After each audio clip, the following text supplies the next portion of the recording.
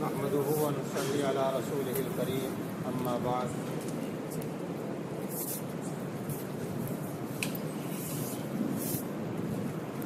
عزیز طلباء، ہمارے درمیان میں ہمارے اور آپ کے استاد محترم حضرت مولانا مفتی عبدالرحمان صاحب نور اللہ مرقدہ وبرد مرجعہ ابھی چھٹیوں سے پہلے تک تھے، اور جب تعطیلات پوری ہوئی تو وہ ہمارے بیچ میں نہیں رہے۔ اللہ رب العزت نے حضرت مرحوم کو بس اتنی عمر نصیب فرمائی تھی، دنیا کے اندر آنے والا اپنی عمر اللہ کے یہاں دکھا کر آتا ہے، کسی کو معلوم نہیں ہوتا۔ دنیا کے اندر زندگی طرح طرح سے لوگ گزارتے ہیں، قابل رشک وہ زندگی ہے اور ان لوگوں کی زندگی ہے کہ جو لوگ دنیا کے اندر صرف اللہ کے دین کے لیے اپنی زندگی پوری کرتے ہیں۔ جب گھر میں بچہ پیدا ہوتا ہے تو ماں باپ کو اس بچے سے امیدیں ہوتی ہے کہ میرا یہ بچہ بڑا ہوگا، یہ کچھ کمائے گا اور یہ کچھ گھر کے اندر دولت لائے گا، مال لائے گا اور ہم خوشحال ہو جائیں گے۔ لیکن اللہ تعالیٰ نے جن لوگوں کو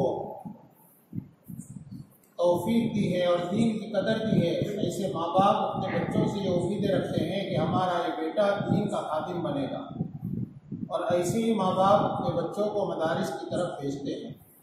آپ حضرات بھی اپنے بارے میں اللہ کی اس نعمت کی قدر کریں کہ ماں باپ نے دین کی قدر کرتے ہوئے اور آپ سے دنیا کی نہیں بلکہ دین کی امید کے اندر، دین کی خدمت کی امید میں اور دینی خدمات کے لیے آپ کو مدرسے کی طرف بھیجا ہے۔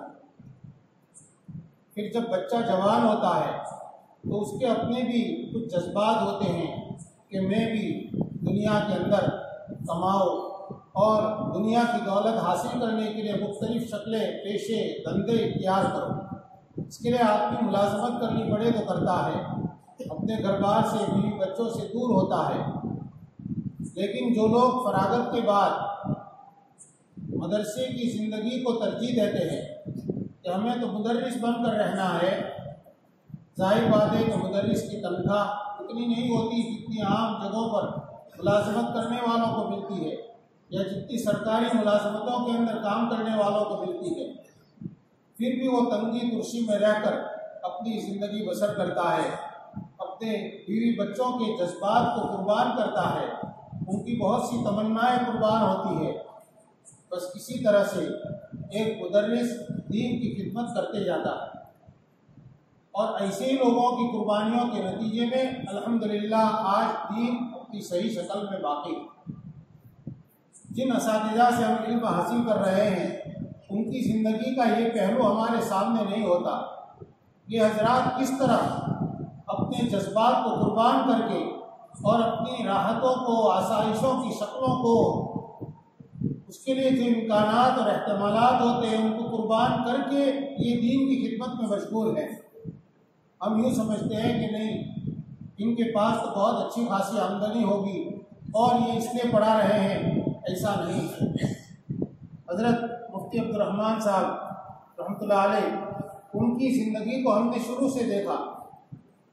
میں عربی دوم کے اندر 1402 ہجری میں عربی دوم میں یہاں طالب علم تھا، اس سال ہم نے ان کو دیکھا کہ وہ پہلی مرتبہ چھاپی میں پڑھانے کے لیے تشریف لائے، بالکل فارغ ہو کر، ان کی فراغت کا سال تھا، افتاح کر کے دارالعلوم دیوبند سے تشریف لائے، اور وہاں سے لے کر آج 1438 ہے، مسلسل آپ نے 35 سال مکمل اور 36واں سال یہ شروع ہوا تھا آپ کی تدریس کا اس مدرسے کے اندر گزرا، اور یہاں تشریف لائے۔ اس سال سے ہی ان کے ذمے دارالفتاح کی خدمات رہی، مختلف فنون کی کتابیں پڑھائی، منطق بھی آپ نے پڑھائی ہے، ادب کی کتابیں بھی پڑھائی ہے، اور آپ کے ذمے اصول فقہ کی اصول الشاشی اور حسابی بھی کئی سال تک رہی ہے۔ سراجی بھی کئی اساتذہ جو ابھی یہاں دارالعلوم میں خدمات انجام دے رہے ہیں، کئی اساتذہ نے ان سے سراجی پڑھی ہے۔ 22 سال سے نسائی شریف کا درس آپ کے متعلق تھا۔ اسی سال آپ نے تحاوی اور ماجہ شریف کی پڑھائی ہے۔ آپ کے ہاتھ سے سینکڑوں کی تعداد میں فتاویٰ تحریری طور پر اور زبانی جو جوابات دیے ہوں گے ان کی تو کوئی تعداد نہیں ہے۔ دیکھیے اصل کمائی یہ ہے 35 سال تک مسلسل پڑھاتے رہنا۔ اپنے گھریلو اعتبار سے کیا کیا حالات پیش آئے ہیں وہ تو انہوں نے کسی کو کبھی بتایا نہیں، کبھی بھی بتانا ان کا مزاج نہیں تھا۔ کیسے اپنے بچوں کو انہوں نے بڑا کیا، کیسے اپنے گھر میں 3 بچیوں کی شادی کی، وہ تو وہی جانتے ہیں۔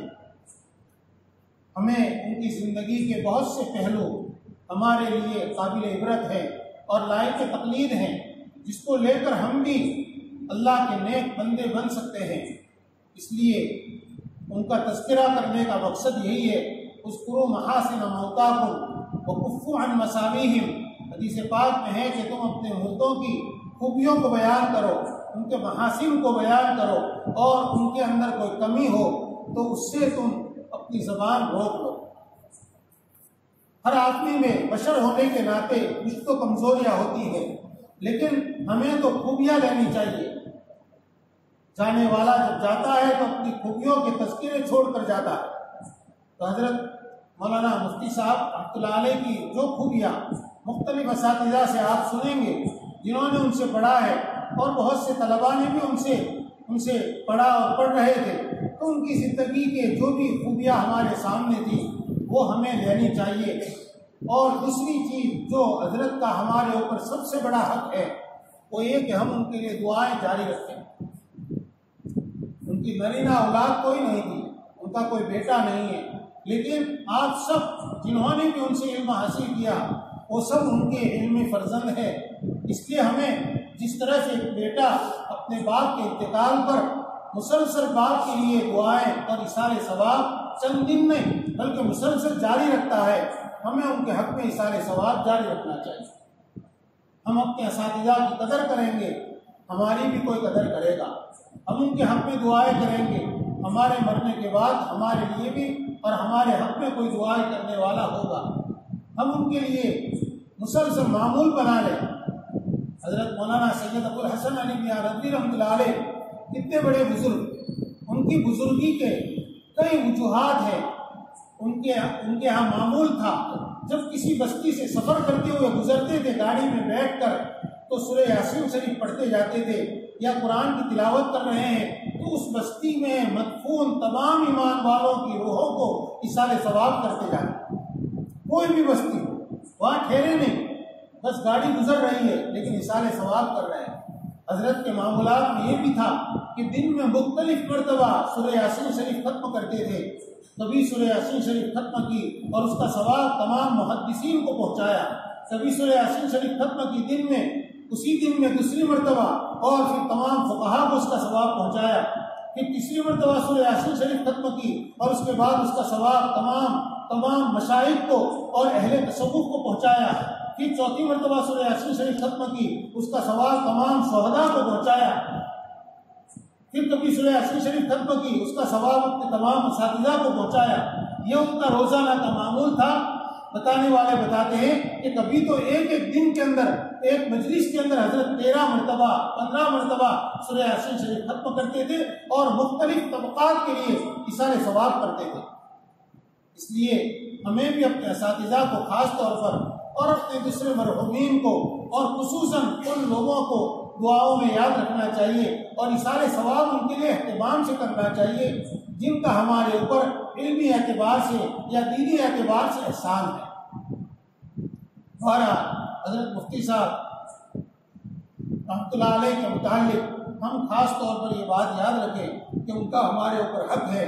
ہم نے اپنی نظروں سے ان کو بیمار ہوتے ہوئے دیکھا، اپنے درمیان میں چلتے پھرتے ایک لڑکے کے سہارے اور پھر 2 لڑکوں کے سہارے نہایت معذوری کی حالت میں بھی درسگاہ میں آتے جاتے، ابھی بس تعطیلات سے قبل تک ہم دیکھتے رہے، اب وہ ہمارے درمیان میں نہیں ہے۔ ان کا عزم یہ بھی لائق تقلید ہے کہ اس بیماری کے دنوں میں رخصت رکھتے تھے، گھر پر آرام کرتے، ان کے رشتہ دار گھر بلا رہے تھے لیکن یہ مدرسے میں ہی رہے۔ ہمارا جینا، ہمارا مرنا مدرسے میں ہو، یہ ہمارے لیے سب سے مبارک زندگی ہے۔ اللہ تعالیٰ سے ہم یہ مانگے۔ 1959 میں آپ کی ولادت ہوئی ہے، 1959، اور یہ 2017 کے اندر وفات ہوئی ہے۔ 58 سال ان کی عمر بنتی ہے۔ اب اس میں بچپن کے اندر گاؤں میں پڑھا، عربی چہارم تک کاکوسی میں پڑھا 5 سال تک، اور اس کے بعد دارالعلوم دیوبند میں تشریف لے گئے اور وہاں پر فراغت تک، اور اس کے بعد افتاء پڑھا، اور اس کے بعد سیدھے آ کر مدرسے میں بیٹھے۔ بس یہی مدرسے میں گویا آپ کی زندگی پوری۔ اس لیے عزیزوں، ہم بھی اللہ تعالیٰ سے ایسی زندگی مانگے کہ ہمارا جینا، ہمارا مرنا، ہمارا اٹھنا بیٹھنا سب اللہ کے دین کے لیے ہو۔ ان صلاتی و نسکی و محیای و مماتی للہ رب العالمین، ایک اللہ کے دین کے لیے، ایک اللہ کے حکم کے لیے اور اس کے دین کی خدمت میں ہمارا سب کچھ قربان ہو جائے، یہ ہمارا عزم مصمم ہونا چاہیے۔ اس کی ہم اس مجلس کی برکت سے اور حضرت مفتی صاحب کی نسبت سے ہم یہ ارادہ کر لیں۔ اللہ تعالیٰ ہمارے ارادوں میں برکت نصیب فرمائے، اور حضرت مفتی عبدالرحمن صاحب رحمۃ اللہ علیہ کی اللہ تعالیٰ بال بال مغفرت فرمائے، اور ان کی قبر کو ان کے لیے روضۃ من ریاض الجنہ بنائے۔ وآخر دعوانا الحمد للہ رب العالمین۔ نحمده ونصلي على رسوله